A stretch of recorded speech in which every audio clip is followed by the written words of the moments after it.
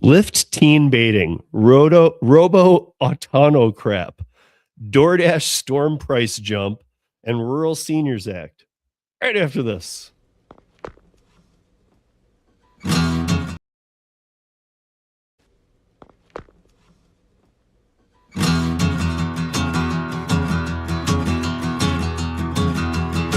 Well, midnight headlight, thunder on a rainy night, steep grade up ahead, slow me down and making no time. I gotta keep it rolling.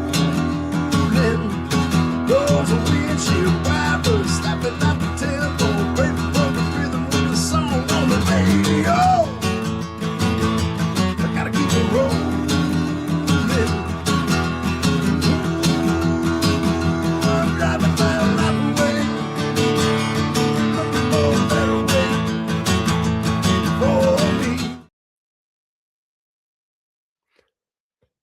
Welcome to Thursday Night Live, everybody. My guest again this week is Sean, and I think he's going to sit in for a couple weeks more, even though we found a common bond between us. And even though it's not common, I mean, like, we're both fans of hockey is what I meant. Right. But in this state, by the way, before I give the real intro for Sean, I will tell you that it's very common to see a Red Wings and a Avalanche friends go together to the game, or even couples. There's couples that sit on opposite sides of that post and wear their jerseys. And I mean, it's insane. Right. It's insane here. Yeah. But we were talking some old school hockey. So that was another bond I had with him. But Sean, welcome. Thank you for joining. And what's up? Thanks, man. Thanks everybody for putting up with me for one more week. I haven't been kicked out yet. Yeah, no, I was, in fact, like I said, I was hoping that you could, do a couple more weeks. And then I got some other things scheduled here, and there's some things we'll go through tonight that I'm hoping. Before we even jump into anything, I do have a note for you guys. If you are waiting for a Curry hat, if you are waiting for an Expedite bag and shirt, there were 2 winners on that. There were a few on the Curry hats. Weather was a little impeding. The Expedite stuff will probably go out tomorrow. The Curry hats will go out on Monday. I think there's like 3 hat winners. And there's 2 of the Expedite ones will come directly from Expedite, just so you guys know. The other thing that I wanted to tell you guys, I had a great question emailed to me before we just jump into some of this tonight. And every once in a while I bring these out. I should be doing this more often, I think, because somebody said to me, I make a lot, Sean, you know this too. I make a lot of Uber Connect cracks. You do too. I mean, like, nobody should be doing it, dude. I mean, the tell is in the company themselves. They've had to relaunch this thing like 10 times. It doesn't work. It's very, very off the charts. But somebody asked me a very good question. They said, in an email, they said, if Uber Connect falls on the driver to be insured, what about apps like Curry, which you do? How is that different? And so here's my explanation to that. So if you are familiar with phases 1, 2, 3, sometimes even referred to as 0 with Rideshare, or even the gig apps are at least 1, 2, 3. 3 is the period from which you in the Uber Connect world would be from the point you are getting the packages, putting them into your car, taking them to the delivery, and until that delivery is finished. That is phase 3. Uber does not have you covered. So the difference is that Curry, Rodeo, Amazon Flex, all of these B2B, Dispatch, all of these B2B last mile apps that I love so much, they don't even talk about phases 1 and 2. And I think that's good, because 1 is you're looking for work. 2 is you're on your way to the job. You shouldn't be covered by them. You're an independent contractor. You're driving to the gig. But Curry and these other companies, from the minute you arrive, pick it up, till the minute you drop it off, you are insured outside of your insurance 100% through these B2B apps. You don't have to call you don't have to call an insurance agent. You don't have to involve your insurance. It's not even involved. They have you in that third phase. And for everything, they're bonded, they're licensed. So even if you're like, well, I don't know what's in that box. First of all, you're dealing with a lot of B2B stuff, but even if you were to go to like a contractor's house and he handed you some boxes and you're like, how is that different? It's different because you're insured and bonded through the Curry app. You're not through these other apps. I don't know if you had anything to say on that too, but DoorDash even has a version of it too. And so, I think, you brought up Uber and them distancing themselves, and this isn't, I'm not going to jump into what we're going to discuss later, but I mean, all these big rideshare companies have become experts in distancing themselves as, saying, no, we're just a contractor. You're nobody until you have in the rideshare case, a butt in the seat, or you have that grocery order or that food delivery package in hand. We don't have anything to do with you. Right. It's the same thing. We talked about it last week, and I dropped a video on it yesterday and talked with Marco about it on Monday, all this liquor stuff. And I won't get into it because we've been talking about it so much, but I will say this. I had one of my favorite comments so far on the video I dropped on the liquor piece yesterday or yesterday. Yeah. Was from Brian Kern, a friend of mine in Pittsburgh. He goes, I can't believe, and I had thought about 100 reasons why this is bad, but he wrote, I can't believe that we had to take a picture of a pizza bag to be able to deliver pizza, but you can just deliver liquor. It's fine. Right. I was like, damn, that's a good punch right there. That's really compelling right there. About yeah. Prove you have a pizza bag. Oh, you can deliver liquor. It's cool. Are you sure? No. Yeah. You ain't got no pizza, no pizza for you. But yeah, what's up in the chat? What's up? Is it so just so you put it? What's up, Amy? Hey, Traveler. Hey, Bubba Sue. Hey, Torp. Hey, everybody else joining. Thank you for joining us on Thursday night. Always fun. But yeah, I thought that was a really important question to bring out, because I feel like a lot of other people might not have even thought about that question. So when I was reading it, that's the kind of thing I'm looking for. I'll always bring out your questions if you guys email me or whatever. If I think they're really that good and everybody should hear it, I'll bring it out. And that way, if people need to digest it, they will. But that's the explanation on that. So I want to get Sean's take because, we've already known this is happening, but Lyft teen rides. Yeah. Here's what I'll set you up with to say whatever you want to say about it. Because Lyft went to know people on the app in 2020. They decided not to include delivery. There were some companies that wanted to work with them. They didn't even want to put the drivers to work. They just have always missed the boat on everything. I actually thought with Uber Teen, the worst thing ever that nobody should be doing. Nobody. And that one, guys, I straight up, I dare any one of you, and I mean this, I dare any one of you to call your insurance agent. I don't care what policy you have, and ask them if you're allowed to take unaccompanied minors. Just ask them. Right. They won't even offer a policy that does that. So the answer will be a strong hell no. That one's highly illegal. You can't do it. Or you can, but don't. Well, so my comments on that, Steve, and everybody, is that, it's really a difficult thing, because I'm going to tell you, though, it's off the cuff, I'm like, no. Right. But behavior-wise, actually, every once in a while, when one of those Uber Teen non-approval accounts, because I had mine set up to, not accept Uber Teen. Now all of a sudden disappeared. I don't have a choice, I don't think, anymore. But from a liability standpoint, yeah, absolutely, you're 100% correct. And but from behavior standpoint, generally speaking, they're actually better behaved than the damn adults. So that's kind of a difficult. So it depends on what we're talking about with that.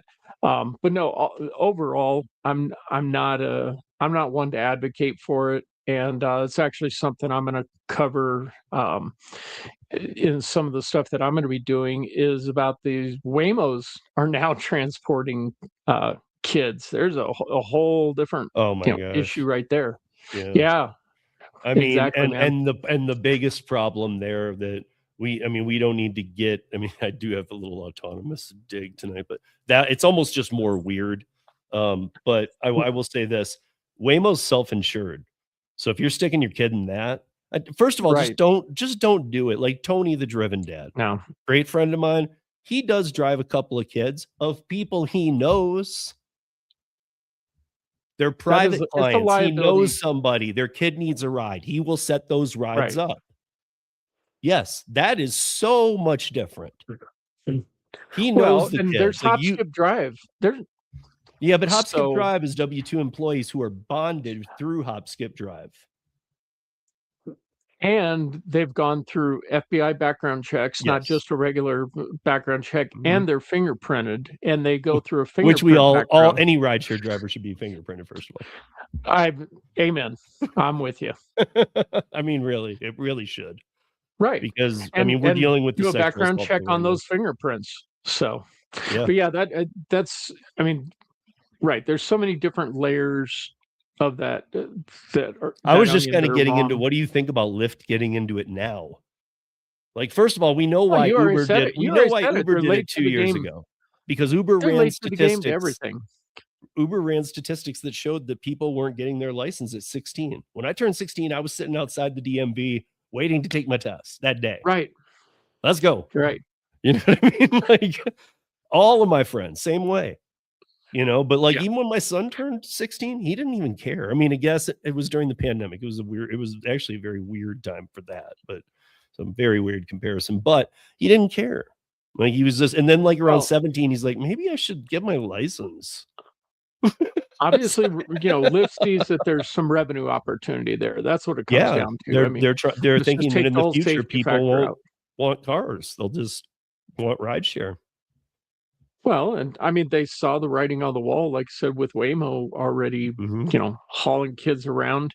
You mitigate some risk with that, but you increase the risk significantly with a whole lot of other things. What if a kid just all of a sudden decides to bail on that Waymo in the middle of the day, and then you got a missing kid that never showed up for school or home or wherever the hell their destination was? Sure. Who are you Yeah. going to blame for that? Or if somebody jumped out of the back, like we had happen in LA. While it's going, just because Right. Some stowaway that the that frontal LiDAR lobe didn't doesn't even develop. catch. Come on, man. Right. Again, Some my males, that frontal lobe dig doesn't here. develop ever. I mean, Right. my dig here is that like Waymo's LiDAR is going constant. And I joke about the LiDAR all the time, how it doesn't work at efficiency. It didn't even pick up a person in the car. Right. Like there's somebody laying in the But back of the car, dude. Why is your But run it through a Hello? cemetery and it'll find all kinds of people. I mean, I get the whole thing. I just think it's weird. Like to me, I feel like this is just me being honest. Like when we talk about 5 years out, whatever, like Marco revealed. I was like, I can't believe they showed you the DoorDash dot at the DoorDash round table that they invited you to. Round table. And he's like, dude, the thing don't even work in water. It's 25 years out. They were telling us, I'm like, right there. Look at how they tell the media. The media is they're live, they're testing, and they'll be here tomorrow in every market. And at the damn DoorDash roundtable, they're like, yeah, they're like 20 years out. They have trouble in water and inclement weather and really. It's quite a difference from it's quite a difference from the Los Angeles Times running an article that says dots will be here tomorrow. Good luck, Dashers, being able to find work. Right. Like, I mean, I don't know. It's not even the same book. We're talking about. To be honest, I was surprised they showed them to the Dashers they brought out and content creators. But even more so, I was surprised they threw out a number so bad. Right. Oh, those are 20 years out. Because at first I was like, is that just to make them shut up about it? But then I was like, but that is like, I do the research on this. That is the reality. So they really were being honest. I don't know. Ish. Who knows what they're. Yeah. Who knows? So while we're on DoorDash, what about that winter storm? Yeah, man. And I got really mad about this too. I don't know if you were what news you were seeing, because we didn't have this news come out, but like I saw Memphis, I saw parts of Illinois, like big markets too. Like DoorDash will be Pennsylvania. shutting down. Like there was news everywhere. Right. DoorDash will be shutting down, blah, blah, blah. And then like an hour and a half later, they're online. And it's not because the storm passed and it didn't hit. I would be an idiot to tell those of you living there that the storm didn't hit. It hit hard. Right. You know, and I mean, like Brian, again, double tagging on Brian, but Brian said that, you know, he dug out his driveway twice. The street wasn't dug out. His stepson was called by McDonald's to not come in because they were closed. Why is DoorDash even open? I mean, Right. I get what they did. They took the news media and they said, we will be closed. We're responsible. Put that out there. That got everybody's appetite wet. Oh, damn, I didn't get to the store. I do want food. What do you mean you're closed? And when they open the app, oh, they're not closed. So do you think they did that on purpose, though? 100%. I mean, because I think their PR team was like, let's literally lie and say we'll be shut down. Right. And then an hour and a half later, we'll put out, hey, we're live. And then what did they do with it besides we're live? Well, the ones that they could when they started getting open. Yeah, I think that it even gets more pathetic from there, because we all know that it depends where you were, but let's use Boston. Boston just got hammered, right? So, I mean, they're putting out there's a $2, what was it, an impact fee, or a $2 impact fee to the customers. A price gouging fee. I mean, yeah. Yeah, it might as well have said that. Right. Because in no way did it say that. I mean, it might, who knows what it said to the customer, unless any customers are in here right now and actually know for a fact what it said. But the $2 impact fee, you would, as a customer, if you really are not in tune. Now, these days, I feel like a lot of people are in tune. So like, even if they're not fully in tune, they somewhat get what's going on. But even that wording makes me assume that's going to the driver, which is pathetic, but I assume it would be. Because that's what I was saying. Who got impacted and who got the money? They're not the same person. Right. Now, they did have their peak pay, but from what I heard, in even the worst of markets, peak pay was $2 to $4 per order. Right. That happens without putting the what'd you call it? I don't even want to call it impact fee, because I like price gouging. I mean, they might as well have just called it that. Price gouging, $2. Right. But which is against federal law, but they still did it anyway and just put spell it backwards on it. Just spell it backwards, price gouging. And put it on as a $2 line item. Right. What does this say? I don't know.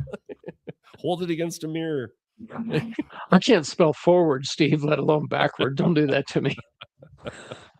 No, but it's sad, because this is, again, it's like a triple, like they used the media to play like these, look how much we care about our drivers. We're going to shut down in these cities. Then they all, I honestly, wholeheartedly believe they knew the whole time they were not going to shut down. No, absolutely. And if they did for a minute, all of it was just for show. It was just meant so that when the apps came back on, drivers would go on, populate. Right. But I mean, if we're talking about Pittsburgh and McDonald's is closed, listen, I was joking with Brian and I said, I didn't know McDonald's closed unless we were under nuclear attack. Right. Like McDonald's it's like Denny's, dude. It is always open. Yeah. And Waffle House. Like if it's not open and it's not being demolished, something bad happened. Right. I don't know how else to say it, man. But again, it makes me worry, because, you know, they're calling it impact fee. From what I could tell from the drivers that did try and go out, most of them came home. Thank God that you guys did that, because I think it would have been, I think that you could have gotten a lot of trouble, even if they had played you for a minute. Like, look at these high offers. It would have just rolled into crap and they'd have had you far from your house, or whatever. It was going to be gamified to the T. And you would have been putting severe risk, especially a lot of these states that I know that have the black ice. And, you know, a lot of those northeastern states get it. I grew up in Michigan. We have it. I mean, that makes for the most, you just don't know where the danger is. You have no idea. Right. And not Yeah, just you, especially but with the other black ice, drivers. man. Yeah. Once you hit that black ice, you're done before you can't do anything about it. You're just done. Yeah.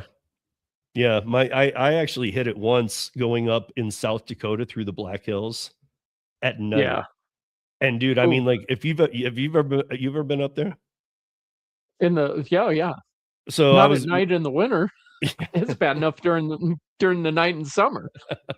right, but so we're going and honestly, like there was a turn and it was night and I knew we were kind of in those rolling, not mountains, but rolling big hills, I'd call them. Yeah.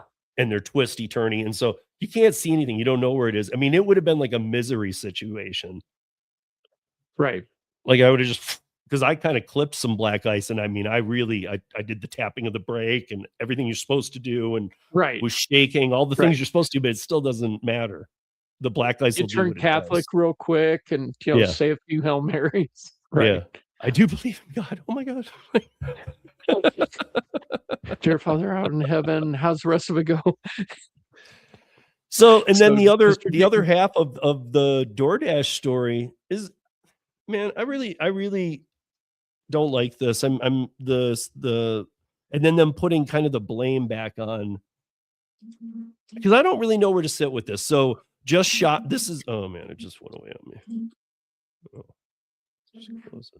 so just shocking. Storm delivery price jump prompts questions. DoorDash cites error points to Wegmans. I don't like that. Like DoorDash was immediately contacted and they're like, it was Wegmans' fault.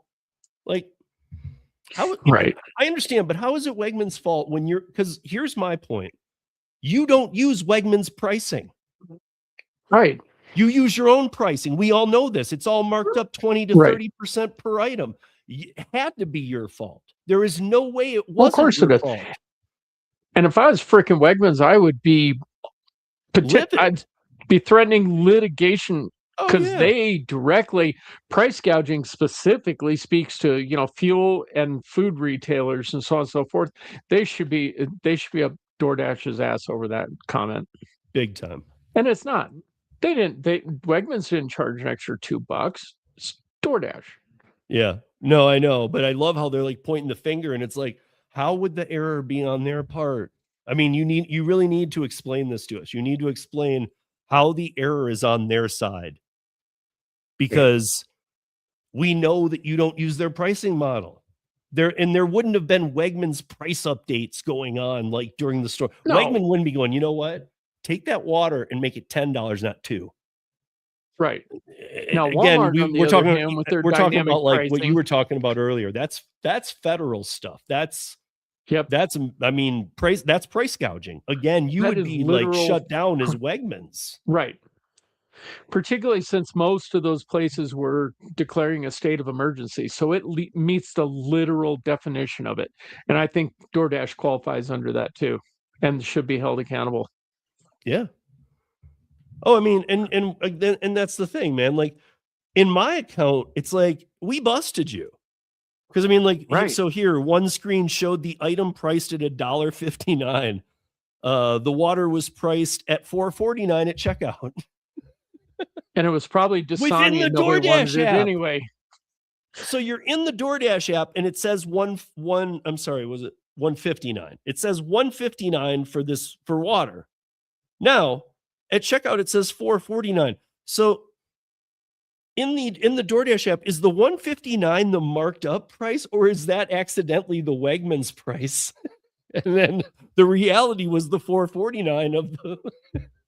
Oh yeah, so the $1.49. So like there was no error. It was just like and shit. You just saw some reality. That's a good point. We exposed I don't know reality because that would be how bad we're screwing the consumer. I mean, that would be almost 300%. So I don't know if that one is. No, it's not. It's not. But again, but something is very weird there. You're ordering things on. Oh, it says $1.59, and it's adding the service, all that, and you overpaid for the $1.59, but then it's $4.40. I mean, that's not a little error. That's a big problem, especially during a storm. That means coding was going on, because if the app was running just day to day like they do, And during a Right. storm, you wouldn't want to do an update. You wouldn't want to do any. Oh no. You just want to keep it maintenance, period. Right. So, like, why are item prices changing? That's not something that just happens, guys. No. I'm sorry. And DoorDash, you're going to hear this on the audio podcast. If nothing else, you're on that one. You're lying. I'm just saying. But yeah, I don't know. I was really glad to hear that most people went home. I don't really know of anybody that says I stuck around out working during the worst of it, and Right. I made bank. And sometimes in the past Right. that happens, and I was really glad that didn't happen this time. Well, I think it was too bad even for the people that wanted to try and take advantage of it. I mean, it was just that bad. Period. Yeah. There's still people that are digging out from it today. Shit. Yeah. So Sue's Shut saying down that, for 12 hours. Yeah, in Jersey. Yeah. No, I didn't see it, Derek. The hilarious Waffle House. I don't know. I mean, I don't know. The storm. I didn't hear any other than this like DoorDash story. I didn't hear any of these weird stories like up pricing or just the normal scamming scumbaggery that they would practice on a non-storm day. Right. Exactly. Other than the fraud or the incentive or the one selling toilet paper for $5 a roll on Marketplace. Man, it's funny you say that because you know what? During the pandemic, I realized in 2022, I was a dumbass, man. I should have stepped away from all gig apps. Remember when the toilet paper apps were out, and all the games that you could play on your phone with toilet paper was like the keyword, right? I should have started selling bidets. Right? What the hell was I thinking? I don't think American culture is ready for that. I think they are when they're out of toilet paper. Probably. I mean, I could have been a game changer. I could have been something, man. You could have been something. Oh well, there's always next time. Stay tuned for the next pandemic, Steve.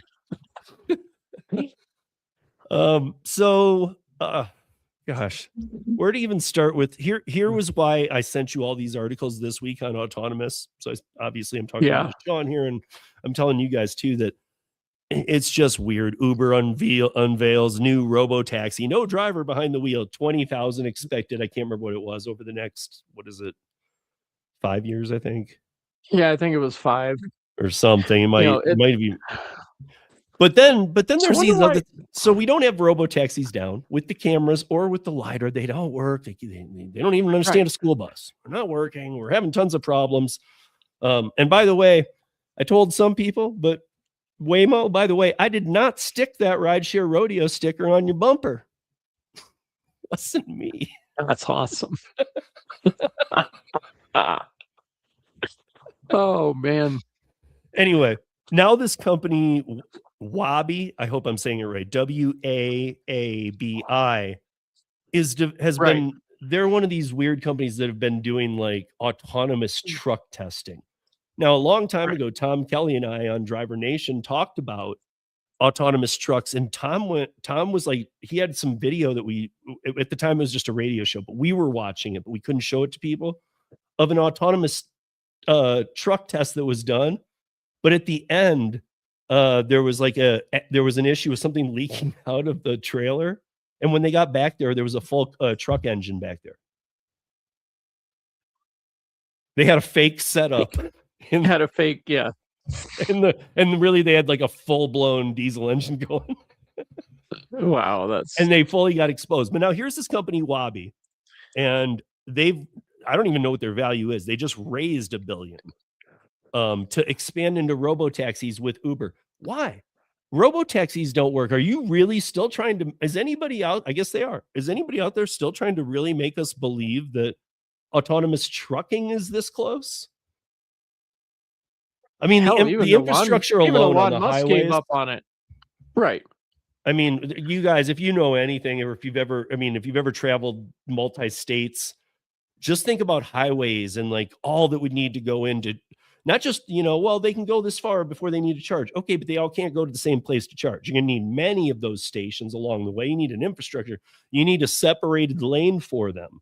You need to keep them free from other cars, like a bus route. You need to be able to reroute and move them this way, that way, the other way. There's so much going on. There's no way. There's no way we're there. I'm going to tell you, investors seem to think so. You asked what the valuation was. What do you think that valuation was? I just looked it up. Before the billion? Look it up. No, before the billion? With the billion. 10 billion? They're not that much. It's 3. But still 3 billion just because they fundraised, what they're going to piss through, in false marketing, because we all know that most investors are lucky to see a video of a private video of it performing. Well, obviously what they're going to send those investors are, they're not going to send the one where they found the engine in the back. Right. They're going to send ones that kind of make it look like it works. Right. But yeah, they got that $250 million from Uber and I think that's US, not a Canadian conversion since they're a Canadian-based company. But I don't know, man. There's something going on behind the scenes that they're picking up investor money like freaking crazy. But I'm with you, Steve. I think the technology is so far out, and then to start doing trucking on it when Elon Musk even has kind of given up on it at this point with and the other thing is the electric trucks. Is Wabi's up in Canada. And for those of you that live in Florida, Colorado can get cold. Like South Dakota can get cold. North Dakota can get cold. Canada can get freezing all the time. And these trucks ain't going to work. And who the hell's going to chain them up? But it's like, have you ever watched Ice Road Truckers, guys? If you haven't, I'm sure you guys have all seen a minute of it or whatnot. Look, these people are like white knuckle dying out there, and it's a second by second feel. It's not an autonomous route. No. Nope. I don't know. I think there's a lot. I don't know enough about it, but everybody's screaming about this company I haven't even heard of until 4 days ago, and now it's all over the place. Right. And at the same time, 2/3 of the autonomous trucking division has just gone under. Right. Like most companies have just folded on that and just moved to the car stuff, or even completely got out of it. Right. It doesn't take a rocket scientist. I think we all know it needs to happen in a car before we're going to replace truckers, like the heart of America. Right. Good Lord. Right. I don't know. But yeah, so that's everybody they keep dabbling in drone delivery too. That's still one of the stupidest things I've heard of. Yeah. Yeah. Some people argue with me on the drone stuff, and I'm like, man, I can think of all these. Australia's failed at it, even when they're trying to get it out into areas that are tough for cars to get. So you'd think, okay, they actually have a reason to try this. Right. I made a joke a long time ago on the round table about how, maybe those Aussie birds were getting a taste for McDonald's fries too. Because this little pouch was like this, that the damn thing could take. Right. So it was like only like 2 meals at most. And then it would drop these down on this cord and stuff. And I was thinking to myself, man, birds are going to start wanting McDonald's like big time. They'll be up there smelling it in the wind. They'll be flocking, hanging out when they smell the fryer going. Starlings everywhere coming in, and have a whole freaking Alfred Hitchcock episode going on at the McDonald's in Denver. Yeah, totally, man. So yeah, I guess we have this other DoorDash thing, and then I wanted to ask Sean about something or have Sean tell us about a little bit of safety, but I don't like this article, and I sent it to you, and I don't like it because it's on DoorDash's page. DoorDash applauds bipartisan Senate introduction of the Delivering for Rural Seniors Act. And you guys, first of all, anything that I've been shocked in 2026 what DoorDash, and I always have seen them put stuff where I'm like, why are you promoting this on the DoorDash website? But in 2026, I've seen more of the craziest stuff. Like I'll see horrible articles on things. And then the best thing I have to use for an example is the one on the DoorDash page. Like the one that they're like going, we did great. And I'm going, this is awful what you did. And I'll use the DoorDash page one. You know what pisses me off in this, Steve, is that they're exploiting the seniors on it because they make a statement saying hunger among seniors is a growing and urgent problem. Nearly 7 million seniors, 1 in 11 Americans over 60 years old in the United States have trouble putting food on the table. It's not because of accessibility to freaking DoorDash. It's because they ain't got any damn money because they keep doing Social Security cutbacks. So don't paint this pig. And how's DoorDash going to fix that anyway? Right. They're food insecure. It's not because they're millionaires going, I don't know how to get food. Right. They're underserved. They're an underserved population because of financial reasons, not because of accessibility to freaking DoorDash. Yeah. And I mean, like, and again, we all know this. If they were in like a retirement home or village or apartments or complex or whatever you want to call them, whatever, if they were in one of those, they would have access probably through the place to like getting them groceries, bringing in food out at no upcharge, at least on certain days, those kind of things. You know, where they have somebody from the facility go and get McDonald's or something for you, but you need money to do that. They're trying to dive into some grant money or something because look, I spent the better part of my adult life in a rural part of Colorado. And the bottom line is that we still made sure our seniors were taken care of no matter what. So I don't know what this angle is that they got going, but I'm not drinking the Kool-Aid. No, I mean, it's just for me, it's another I mean, again, we are going to be hearing about tons of, again, this is a Senate act. Now, DoorDash is fighting all these, and probably most people hadn't even heard of this until I just said it right now. That's my guess. Because, you know, I follow these things, but some of them aren't worth like really knowing about till they happen. It was news to me until you sent it to me. That was when I was like, I'm actually not familiar with this. And I try and stay pretty apprised of everything, you know, all things gig economy, even though I mostly do, you know, just rideshare. Yeah. And I'm looking at what you were saying at its core. This bill is about keeping people fed. No senior should go hungry because they live too far from a grocery store. This is DoorDash's comment, or can no longer drive. The Delivering for Rural Seniors Act recognizes the reality facing millions of older Americans. You know, like, so we hear the Sarah McLachlan going in the background. Yeah, dude. Honestly, yeah. And then some like hungry seniors just waiting with a fork or something. Right. For 49 cents a day, you can feed a hungry senior by adding a DoorDash subscriber account to their account. Right, because you're probably, even though you're not in Denver, you're probably familiar. Of course, we have food banks, but we have one of the Denver Rescue Mission is one of the best known in the country. It's very, very good. They're one of the best at doing what they do. Like, why wouldn't they be doing this if it was a program that helped people? Yep. And under any kind of affordability too. I mean, I know that this is something that could help people, but not under a DoorDash platform. Yeah, exactly. I mean, there's better ways to do it. Having volunteers deliver food to, you know, to homebound people. I mean, I know even, you know, when I was in Douglas County with search and rescue, when the weather got bad, we grouped together with some of them, and we had some of our volunteers with search and rescue going out and making sure they got their prescriptions, they got their food. You know, the community's going to come around these types of people. DoorDash, keep your pockets and keep your hands out of this one. 100%, man. But they're not gonna. I mean, they just got a Senate act passed to allow them to. This will probably even direct money. Dude, guys, don't get me wrong. This is going to direct some of your tax dollar money. Watch. We're going to be supplementing. You're going to be supplementing DoorDash rides to seniors while you're doing them for low pay. Right. What? Right.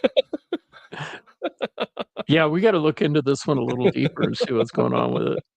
I hate it, man. I know that, I should be loving this. The problem is that once it's on DoorDash's site, and I also read the other articles, but once it's on DoorDash's site these days, I'm very skeptical of it. And you would think Right. they would be like before, they would be very careful what they put out here. It'd be very vanilla stuff. And who cares? Hey, Right. listen, we got a new feature in the app, blah, or whatever. But this year, they've just been going to the wall with this stuff or other legislation that sucks or is good, or here's what's going to happen in New York City. And I'm like, why are you guys acting like you're a news outlet?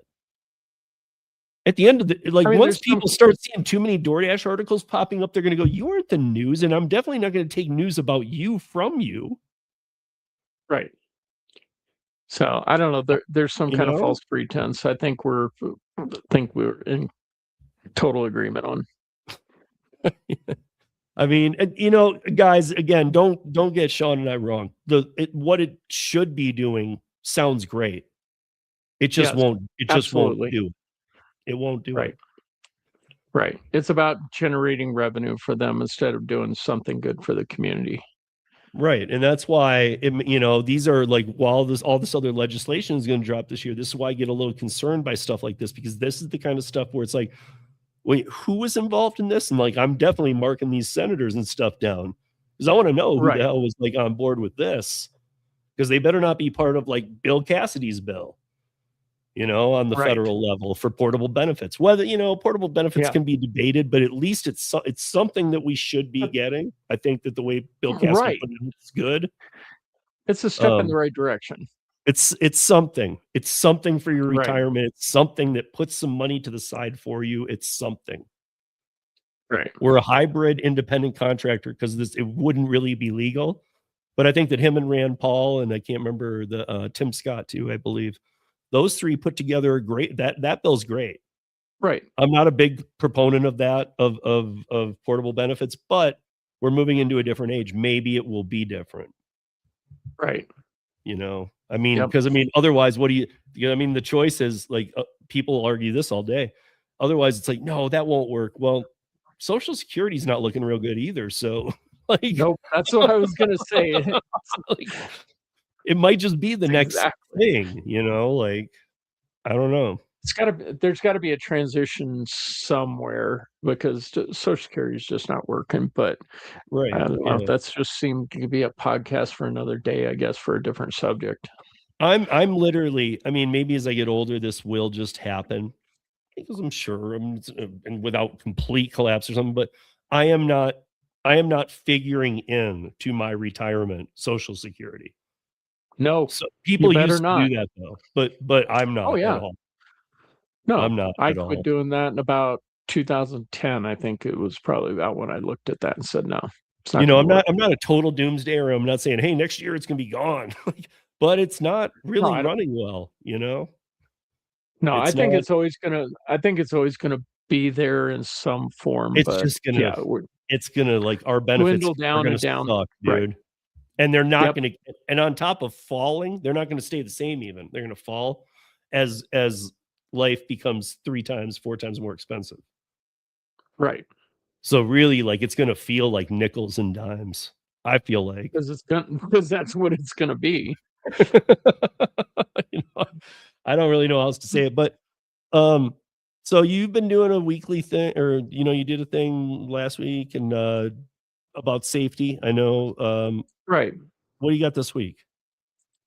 Man, we talked about, we just got done talking about the elderly population. So let's go on the other end of the spectrum and talk about the babies in our lives that we sometimes have to be faced with hauling around. And, I probably like that least of everything, because the problem is to install a car seat properly takes time. And I'm not an expert at installing car seats, so I'm not going to make that, I'm not going to totally berate someone, but I see people just throw a car seat in without even freaking trying to even put the seatbelt in. I'm like, no, hell no, we're not going to do that. So we got a couple of problems here. We got, people also that they're trying to get in the car without a car seat. And guys, I don't know what your personal policy is. And frankly, I don't care what Uber or Lyft or anybody else's policy is. Don't do do it. If they don't have a car seat, and know the rules of your state, because if something happens, God forbid, you don't want to live with that. Forget the whole legal liability thing. We'll talk about that in a second, but you don't want to live with killing or severely maiming or injuring a child because you didn't make sure that they had those types of things. That shit will haunt you forever.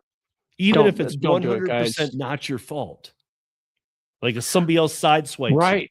it's going to be different than if you're just taking a passenger and going, I didn't have anything to do with that. I'm not going to feel bad. I mean, I feel bad, obviously, but that's not on me. With this situation, it is on you. Oh, yeah, absolutely. So story time here real quick is that I picked up a guy from one of the halfway houses down here in Colorado Springs and just having a conversation and got chit-chatting with him, found out he used to be a paramedic. And I'm like, so, what happened that you ended up in the halfway house? He said, I got convicted for manslaughter because I got in a car accident and they had an unrestrained child in the other freaking car. And he got convicted of manslaughter. He was originally charged with vehicular homicide. Nice. Because of the accident, all because it was an unrestrained child, and the guy's he was a freaking paramedic. He's never going to be a paramedic. He did 5 years in federal prison. Now he's got at least another couple of years in the halfway house, and his whole life is destroyed because of somebody else's situation, of not having an unrestrained child. So, and the guy's consequences be the exact same if you were in that driver's seat, and somebody plowed into you, you would be held responsible and your life would be destroyed. Let's not do that. Does Uber still do I don't even when I was doing it, I don't even know if they were lying. I never even found out this was just a straight up lie. But they used to say that they had cars out there with child seats. So I don't know if you remember that or not. I think it's still a program like in LA. I remember about a year ago they had sent me a message saying, "Oh, do you want to include that you carry a car seat?" I'm like, I drive a freaking Hyundai Kona. I can barely get 2 carry-ons in that thing, let alone a car seat. And it's not, and to me, that's a legal liability that they're trying to, that they would try and deflect to me. Again, going back to what I was originally talking about, Steve, is that, installing a car seat, and how many car seats am I going to have? Because, you had a kid, that went through the car seat thing, like with my kids, and every time you turn around, you're having to buy a new car seat because they're getting bigger, they're growing. So how you want me to carry 4 car seats around? No. Well, and so also you had kids, I had a kid. So like we all know that keeping those things that, even keeping your car clean is one thing, but those things get nasty, dude. Like, oh, dude, that's why I hate it, because so that's when I bring out my blanket that's supposed to be for dogs, and I'm like, I'm gonna set that down.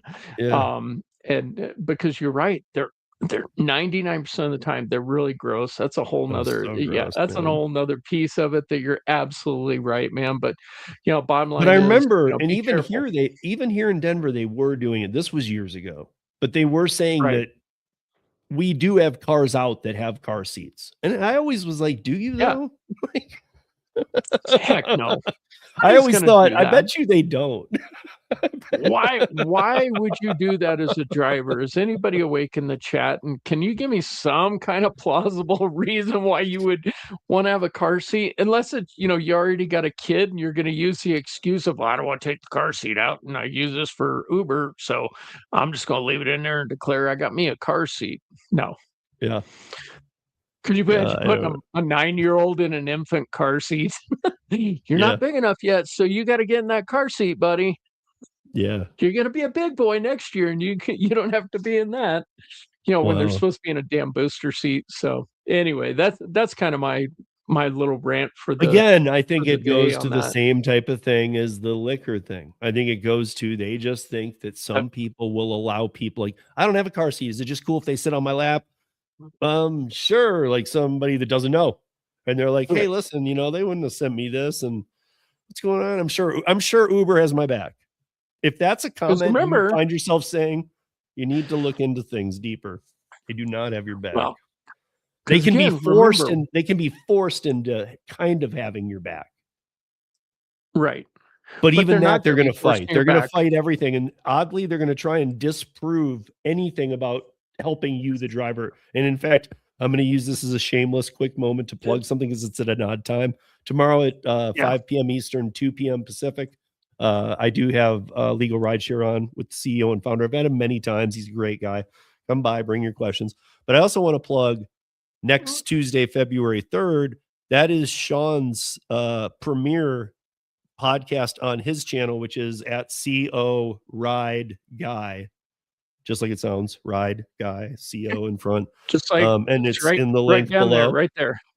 Yep. Yep. But it's also in the description below, and it'll be, if you're listening on the audio podcast, it'll be in there too. But so check it out. He's it's going to be 8, like I said, 8 p.m. Eastern, 5 p.m. Pacific. First episode Tuesday, February 3rd. Do you want to Yeah, do sure. you want to give us a little plug? Let's show this Avs fan some support. Woo! Good, No, but 'cause like you want to I've been tell us a little nauseous something, the or is it whole a surprise? I've Or been nauseous the whole episode. Every time I look over at the camera and you look at you, I see that atrocity behind you. So yeah, let's but yeah, it looks like so what real quick before I do talk about what we're gonna do, it looks like have a car seat. I know Orlando has it. Okay. So so chat's catching up, they're waking up to us now. But yeah, so with the focus I really want to do is going to be about safety. And it's not just about safety for drivers but safety about riders. And hopefully we can come to some common sense uh, solutions, because legislators are chomping at the bit, particularly in Colorado. I've had conversations even with some other rideshare companies. I'm not talking about my interest in the co-op. About we've got to come together, drivers, passengers, and the rideshare companies, because we're going to get some awful legislation if we don't do it. So hopefully that yeah. we can improve the safety of it with the messages that I'm bringing to the table here in these conversations, and create some consensus. So thanks for giving me a I minute guess to I talk would about even this. add in there. I'm going to be there, and I hope all of you guys listening on now live or replay or whatever. I hope all you guys will be, as many of you as can be will be, because one thing I feel like for sure is that we're going to get some, like, Sean's going to be another real channel. It's just my opinion, but I don't think he's going to sugarcoat things. I think he's going to just tell you flat out what's wrong with some things. It's gonna be like I am here. I mean, Yeah. I don't sugarcoat things here. I Right. try and be That's kind of professional what I'm about trying to it, get not at, too is off the hook, because these are important messages we got to deliver. And I know a lot of drivers that, they become apathetic to it because they don't feel there's going to be a change. But I think together, if we can collectively work on it, we can create change. Yeah, and and you're exactly right. Those comments used to come in for years. They have, while I was like working with legislators, and still am, and stuff about like these, like I was saying last week about the drop in the bucket comment. Don't say that to me anymore, because it's not a drop in the bucket. These millions of dollars and whatever, Right. the 550 million, the hat or the whatever, Right. or billion, or what, these numbers are not, they're not a joke. These are real numbers that these companies have to, like, they can't just be written off as like fake tech anymore. The investors Right. have, it took them a long time to get there. I can't remember when Uber recorded I think their first recorded profitable quarter was in 2019, but it was marginal, and they sold off so many assets that it wasn't a true profit. And then there wasn't another one until like 23 or 24. So you're talking 2009, for 15 years, no profit. And they just kind of were dumping money. And that's what a lot of businesses do. It's not so much illegal stuff either. I'm not saying that everything they were doing was illegal. It was about we'll pay drivers so big. And they did in the beginning. We'll oversaturate the market by tenfold. We'll do this and then, and that's where all that money went. And now, here we are, and they finally made a profit. Now the investors are like, oh, hey, we waited a long time. We want to see that grow, because that's what they want. They want growing investment. Right. But what they've got coming down the pike, as we saw in the last quarter, they had to set aside all that money for the lawsuits, which is going to segue into your next segment about this, where Uber's still trying to distance himself from these things. And right now, man, it's hammer time. So I think you're going to start seeing the industry start to take safety for both riders and drivers a little more serious, and I mean little being sarcastic, a lot more serious once once this little, you know, Uber going back and forth saying we're not responsible goes on. So I've already talked about this a few times. I'm curious what your take on this is. What he's talking about is that the Uber denies liability for drivers in the sexual assault trial. There's a handful going on, or there's a few startup ones, and this is the Arizona one. And I know you took a look. Like, what is your thought? Because last week we had everybody from the company being thrown under the bus by name. Like, yeah. Or I can't believe I said this. I can't believe this. I'm so stupid. Like the worst kind of things. And now this is just offensive. So now we've got, they're continue to deflect and try and create a distance, and we'll see how long the courts put up with it, because I think now it's just becoming excuse after excuse. I mean, we got the guy Dobbs saying there's a common misconception about Uber's employment practices that shape a narrative the company has more control than it really does. Uber does not hire drivers directly. There's no partnership. He was very, very well. Yeah.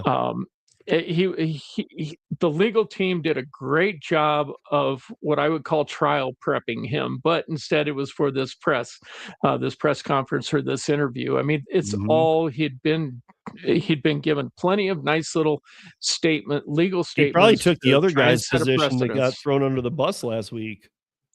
Right. Yeah. The other guy's like, I did it. And they're like, you're gone. You're in. Yeah, I mean, but he's saying kind of the same thing, but at least in a professional legal standpoint, saying Dobbs says no agency that exists. So so this gets into a whole lot of legal stuff. Steve or I, might be a great conversation to have tomorrow to bring up, but is this exact article, and have him do a play-by-play run through of what this means. I have a loose interpretation and understanding of it because of my corporate experience with litigation support, but I'm not an attorney, nor do I play one on television. Sure. No, I mean, but yeah, this, and I also want to have him explain, and I mean, I want to have him, one of the other things I really want explained is why in California, why this new thing they're doing about how much the lawyers can get paid is horrible. Right. Like I've tried explaining it a few times, you guys. And again, I'm like, Sean, like I do my best and I really do try and get it down, but sometimes it just doesn't stick. When I've had Bryant on, he can make it stick. So he'll kind of just, and he's not going to talk to us like a lawyer. If you've seen him on before, he's a great guy, but he's going to just kind of punch out some things I'm sure when I ask him some of these questions, because I've seen him talk about it on their podcast. So I'm so excited to see what he has to say. Yeah, because he'll explain why it's so bad, because what I've said about the other thing in California is that it makes it so that, after the medical expenses, after this, then at the end, they can only take 25%. And therefore, the lawyers won't take it because they need to spend more than 25% to get anything out of the case. So when people are like, yeah, lawyers, they're the worst, like they're just going to rip you off. Well, you got to remember, some of this stuff goes into 30% of it just into fining to the case. So they have to get their money back out. They're making it so that, in my opinion, it's not going to be feasible. But one thing I love about Brian too, I'm gonna say this shamelessly, is that in the when he first started their YouTube channel, he had been asked so many times that the thumbnail even reads, "Am I just an ambulance chaser?" That's awesome. So speaking of ambulance chasers, so the attorney representing the victim in this, Deborah Chang, she said Uber asked for no references, no proof of prior work, didn't ask for a resume or fingerprinting when hiring Teray, the one who sexually assaulted her client. and they did no social media or Google searches on him. What?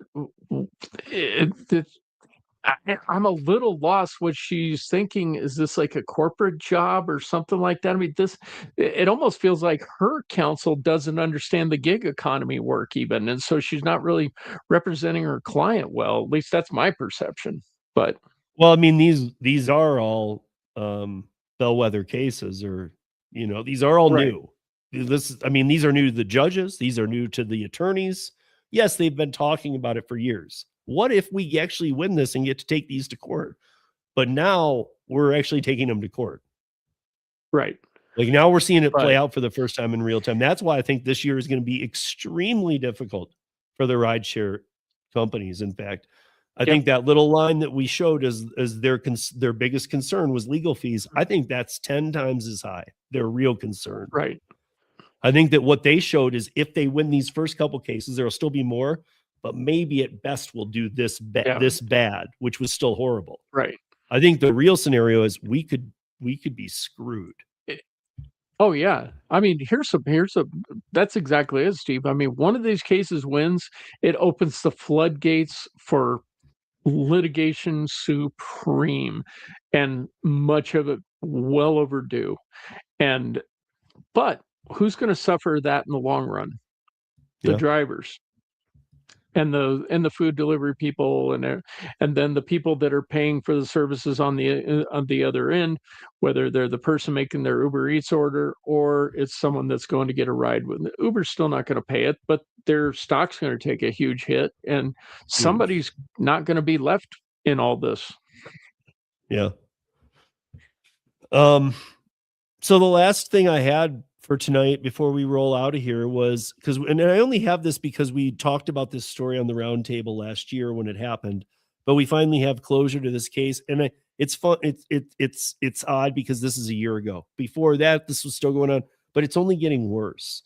I mean, we talked about a DoorDash driver being dismembered at a delivery, like into too many pieces to really get into that story because we already covered it once. It was so nasty. It was nasty. It was just disgusting. There's a lot of weird things happening to people, but I think that we all can feel the pain of this. We all have seen it or even been guilty of at times committing road rage on some level. These days, road rage, we all need to be triple careful on, because at least here in Yes. Denver, a lot of people aren't playing around anymore. They will run you into the wall. They'll shoot you. Right. They're not. This road rage isn't like something you need to go to road rage class anymore. It's life and death out there with it.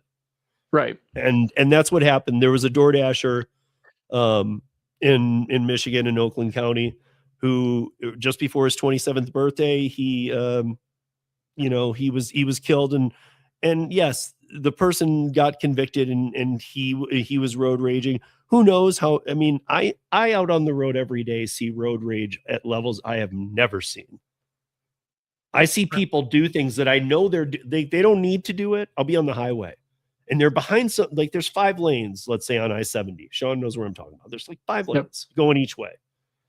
It'll be like the 3rd lane in. Some guy's doing the speed limit and some asshole will get behind him, sit right there on his ass. And then when he does go around, he'll like go in front of him and slam the brakes. Brake check. I'm like, dude, what the hell are you doing?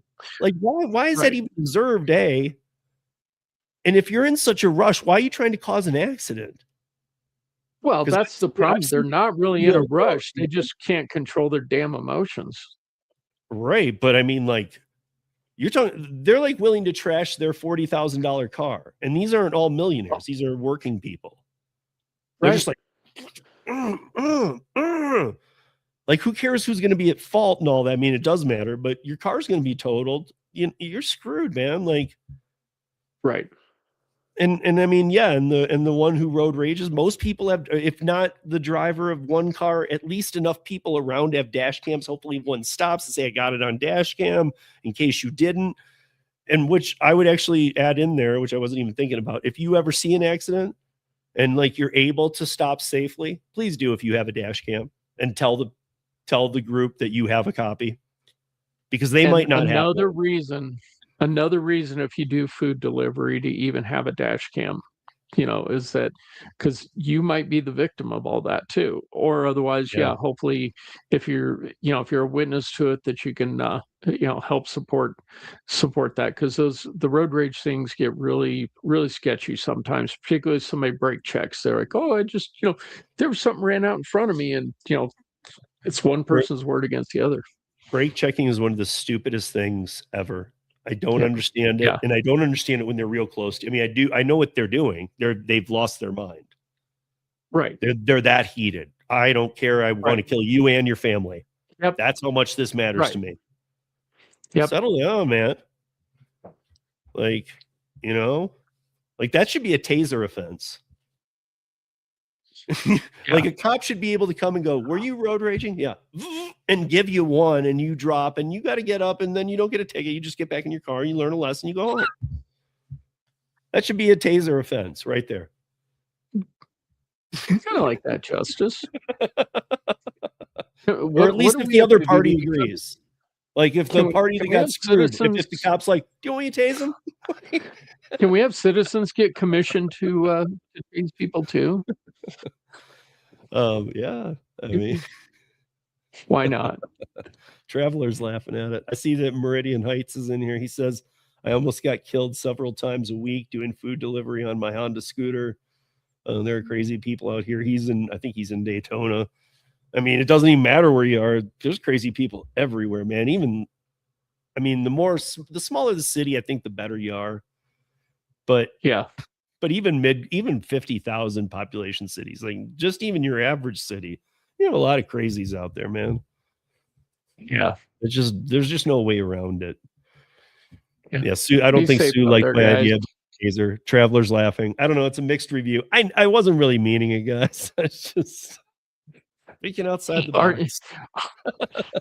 Are you a regular rager there, Sue? I mean, maybe you need a little taser therapy. I don't know. Yeah, I mean, there'd have to be some way where the parties are signing off. So why would the party who's going to get tased sign off? Because otherwise he's getting a reckless driving. Well, the reckless driving or the tase? Right. It's up to you, man. I just can I get a little EMP device for my car, and become authorized to just destroy somebody's vehicle electronically. Give them an EMP pulse. Yeah. But with that, you guys, that's a good use of AI. I mean, they're really, even if you've never committed road rage, and you never would, which that would be highly suspect if you've never even once done it. You've all done it. Yeah, there's two kinds of people in this world. But there's 1,000 different levels. Have at least raged a little, and those that are lying about it. Yeah.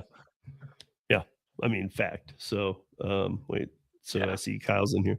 Drive a Toyota Prius, and every single person will pass you, even if you're doing 20 miles over. Really? Yes, I don't find myself passing Priuses just to be an ass. I don't think. No, he's not wrong. So during COVID, I bought a Prius to have my daughter learn to drive, and she wasn't really driving it, and COVID happened. So I was driving that sucker around doing DoorDash, and man, everybody thought they were, just thought they were the man. I'm going to go around this Prius and so on and so forth. And there was an incident that happened, and won't go into details of it. I'll keep this short. But my kids were with me, and had a confrontation. Guy confronted me, and because we parked in the same spot, and I jump out of the Prius, and all of a sudden the guy gets a really bug-eyed. I said, "Yeah, you didn't expect some big ass redneck to come out of this Prius, did you? You thought I was going to be some little boulder yuppie." He's like, "I'm sorry, man." And my son at the time, he's like, "Dad, I'm going to get you a bumper sticker. Says I'm the meanest MFer that ever drove a Prius." You're like, "Are you calling me a road rager?" Right. So there was my incident. I admittedly decided to engage somebody, but we were parked on the side already, ready to go into the restaurant. I get so much hate. I've never noticed it, Kyle. It does. He mean, gets so much hate because of that Prius. I guarantee it. I lived it, man. It but was funny. but so I guess I mean, why though? Like, I mean, like, there's other small. Is it just the size of the car, or is it because it's a Prius? Is that what you're saying? It's the perception of it being a Prius. I think that just some little How dare you get good mileage? some little right. How dare you try and save the environment with your false pretenses of partially electric and you little bunny hugger, and they expect me to get out, sing kumbaya and throwing flowers and everything. And it was like, no, I found a cheap car to let my daughter have her first car. I mean, yeah. I mean, I know people who still claim whatever. I can't remember what the year was. Like, there was a couple specific years where they're like, "This is the best car for rideshare, Prius," and it was a Prius. And there was like Right. some range of years where like that's what you want to do it in. Boom. Right. So now I'm wondering I if just they don't hate you because they think of rideshare people. And it has nothing I to don't do with know. the damn Prius or the bunnies or the bunny huggers. Or Maybe that is it. He says, nothing is cooler than 50 miles per gallon. Holy, I didn't even know they got that good. I knew they got good, but I Oh didn't know they yeah, got. I got like 45 on my first gen. It was first generation Prius. Yeah. Well, I drove it for I'm so, 6 months after the batteries died, and I sold the car for almost as much as I bought it for with a so yeah. dead battery. Meridian Heights says people hate him because he's on a scooter that gets 90 miles per gallon. So it must be a miles per gallon thing. Like, That's what it is. the better mileage you get, people are going to hate you. So maybe we need to do a research study, and we can come back next week with some charts and stating what the hate level is based on your miles per gallon. So I get 30 miles per gallon, 33 on the average overall on my Hyundai Kona. So I don't get a whole lot of hate. Every once in a while, I get somebody. It's too bad we don't have. I think we're like the equipment to put those those like chains on you, not like the lie detector ones, but the ones that detect stress and when you're pissed and angry. Like, it's too bad we don't have that equipment, so I could like show you pictures of cars and we can see how mad you get. Wait, you're way in the red on this Prius, man. It's kind of like showing a Red Wings flag. If you show a Dodge, everybody's going to hate it no matter what. No, what's really cool is I was telling Sean, I've been going to games at the Joe since I was a little kid with my grandpa. Like, I mean, the Joe's not around anymore, but it was a great place. The boards bent like this far. Like, the boards had the most action in NHL hockey, period. Right. They had a lot of bounce back too. Yeah. And I mean, and I played hockey. I love hockey. I've lived hockey.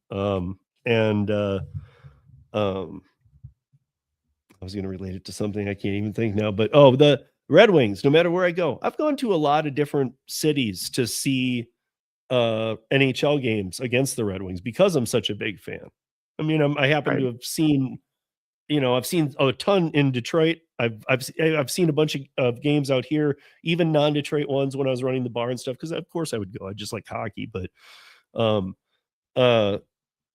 I would see, like, I've seen them in Florida. I've seen them in San Jose. I've seen the Red Wings play other places, and no matter what, there's nothing like it.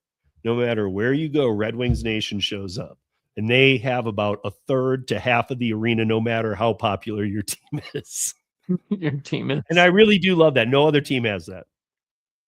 We're an original six team. Even the other original six teams don't have it. Chicago doesn't have it. Right. Boston doesn't have it. The Red Wings do, though. Yeah. It's like the Cubbies. Like, when I was running the bar downtown, if the Cubbies were in town, like the White Sox are in town, nothing. No business at all. Cubbies are in town. Didn't even matter how they were playing. Off the chain, dude. You couldn't get a ticket to the game. And our game, and the Rockies don't sell out much. So who? Right. But you guys, that's what we got for the week. Thank you for joining. And Sean's Sean's first episode. I'm sure that once he posts something about it or he sets up the live, like I'll try and the day before I'll put out community post saying, "Hey guys, remember," and I'll share that link so you guys can find it that way, and then you should check out his channel. Like, he can support. I'm trying not to do the like, comment, subscribe. Blah, blah, blah. But at the same time, man, episodes. I got 50 episodes already planned, so we'll see what happens. Exactly. So again, I'll give you that hint so that we can all go support him on that, especially on that first one, man. Let's see what he's. I'd appreciate that. What he's gonna do. I actually can remember my first few, and man, they're not at all what I do now. Right. I've evolved a handful of times. So, I've never done any pod. Go ahead. Well, I was gonna say that. So yeah, tomorrow is this, and then bring any questions that you have. That's 5 p.m. Eastern, 2 p.m. Pacific, and then next Monday, because this last Monday I had Nova Dasher on, who went to the DoorDash roundtable, and we had a good discussion, I think. And then Monday, I have my friend Luis on. Luis is the largest Spanish-speaking channel on YouTube. He is a good friend of mine. We have been friends for a long time. We have met in person many times. In fact, I am also a lot of things just happened. So Luis lives in Houston, which is about an hour and a half from Austin. So whenever I'd go, Luis would come up. We were fighting the same political battles. We were doing it with different states. We were working with each other. We still do. But then, sidetrack a little bit, there's a podcast movement, which I was invited to speak on 2 panels and 1 off the grid panel. They do those breakout sessions as well. So I will be there. And the last time I was in Austin, this is Luis and I having margaritas. And so when Luis is on, we're going to break down the other part of the DoorDash roundtable. Like, we shouldn't have to have any more discussion after that, because I know even Marco alluded to this on Monday. Luis was dropping questions after, and I know how he is. So I'm looking forward to knowing what he got answered, what he dropped, what his take on it was. I think Marco was very genuine with us. And I think that was, I know you were listening. I think that was a really good discussion. I think he was totally straight up, and I asked him straight point blank while we were live, "Are you under any NDAs? Can we talk?" He's like, "No, I can talk." So, I mean, that was nice to hear, but awesome. Yeah, I mean, this will be the other part. And you guys, if you didn't catch the Nova episode, go watch it, and then bring any questions you might have about DoorDash on Monday to the podcast. Bring it and ask Luis, because Luis is going to be the one guy who he's pretty close to me on what I would ask. I knew why they invited him, but at the same time, I know he fights for legislation like I do. They invited him because he has the Spanish community. He is the Spanish community, with 120,000 subscribers, and his average views are like in the tens of thousands. And, he's on other platforms too. Good, is huge. He's huge. And so they knew they had to bring him in, but at the same time, he's a fighter. So. Yeah, but that's good to have somebody that can communicate to that community and and help fight for them. Yeah, and just also before we sign off, I think it was backstage. I don't think we were live, but Marco told me a weird thing that I'd never thought of in my life. Luis is very fluent in Spanish and English, and he asked Luis. I've never even thought about asking somebody this. He goes, "Do you think in Spanish or English?" I was like, that's a great question, man. I mean, if you're that fluent or you're that good on both, well, how do you think?